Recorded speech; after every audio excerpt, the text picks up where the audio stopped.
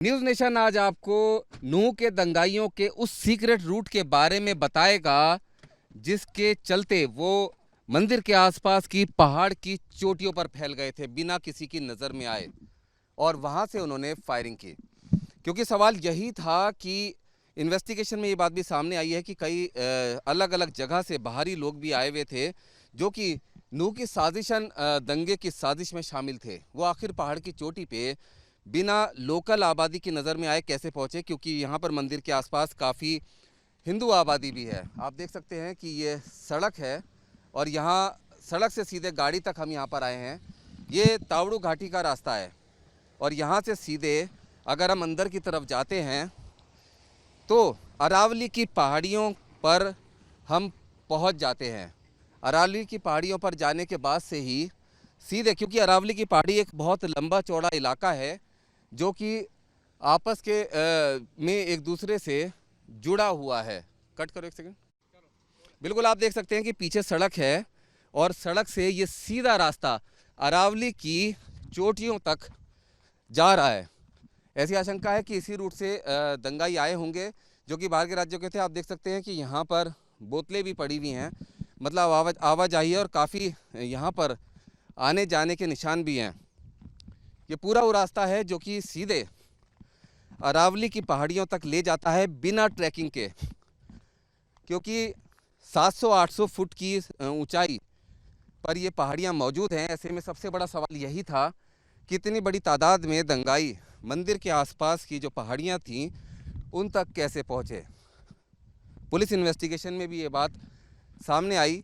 अब सीधे तौर पर सड़क से निकलते ही थोड़ी दूर चलते ही अरावली की पहाड़ियों की श्रृंखला से वो लोग मिल जाते हैं जिनको लोकल गाइड का सहारा मिला होगा।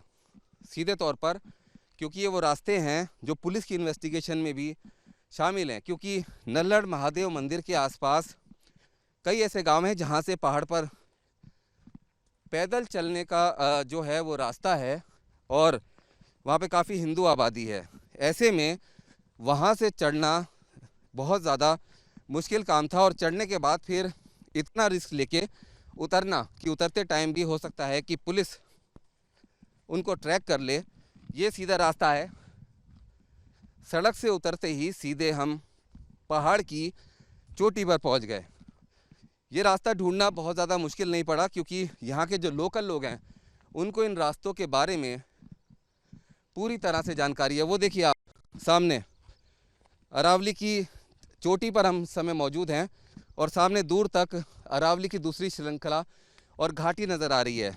ये जो पहाड़ हैं ये जाकर सीधे तौर पर नल्लड़ महादेव मंदिर की तरफ मिलते हैं और बिना किसी ख़ास मेहनत के, बिना कुछ ख़ास ट्रैक किए हुए सीधे पहाड़ की चोटी तक हम पहुंच गए हैं। ये देखिए नज़ारा देखिए, ये तमाम घाटी है, अरावली की पहाड़ियां हैं और उसकी चोटी पर हम सीधे सड़क से उतरते ही पहुंच गए। यहाँ पे सारी जो चोटियां हैं पूरी अरावली की पहाड़ी आपस में मिली हुई है। सामने की तरफ देख सकते हैं कि नल्लड़ महादेव मंदिर भी नज़र आता है। ऐसे में सीधे तौर पर इसी बात की आशंका जताई जा रही है कि ये वो संभावित रूट हो सकते हैं जिससे दंगाइयों को अरावली की पहाड़ियों पर चढ़ाया गया हो। जहां साजिशन, जो इन्वेस्टिगेशन में ये बात सामने आई है कि जो दंगाई थे वो कई दिन पहले से ही अरावली की पहाड़ियों पर रेकी कर चुके थे और वहाँ पे मौजूद थे। उनके पास हथियार भी थे जो लगातार उनके द्वारा फायरिंग भी की गई। पेट्रोल बम भी थे, क्योंकि जगह जगह पर निशान बिखरे पड़े हुए हैं, लोगों के आने के टूटी हुई बोतलें पड़ी हुई हैं।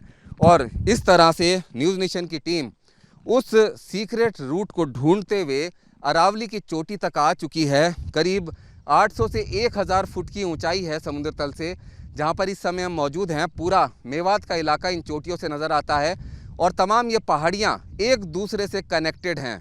तो सीधे तौर पर अब महत्वपूर्ण बात यह है कि साजिश के पीछे कौन लोग शामिल थे, क्योंकि एसआईटी की इन्वेस्टिगेशन में लगातार इस हिंसा से जुड़ी हुई तमाम चीज़ें सामने आती जा रही हैं और इन्वेस्टिगेशन इस बात की भी हो रही है कि पाकिस्तान का एंगल भी इसमें सामने आया है, रोहिंग्याओं का एंगल भी सामने आया है। लेकिन जो असली गुनहगार हैं, असली साजिशकर्ता हैं, उनके चेहरों से आखिर नकाब कब हटेगा और वो कब पुलिस की गिरफ्त में आएंगे। वीडियो जर्नलिस्ट जैनेंद्र कुमार के साथ रुमान उल्ला खान, न्यूज़ नेशन, नूंह, हरियाणा।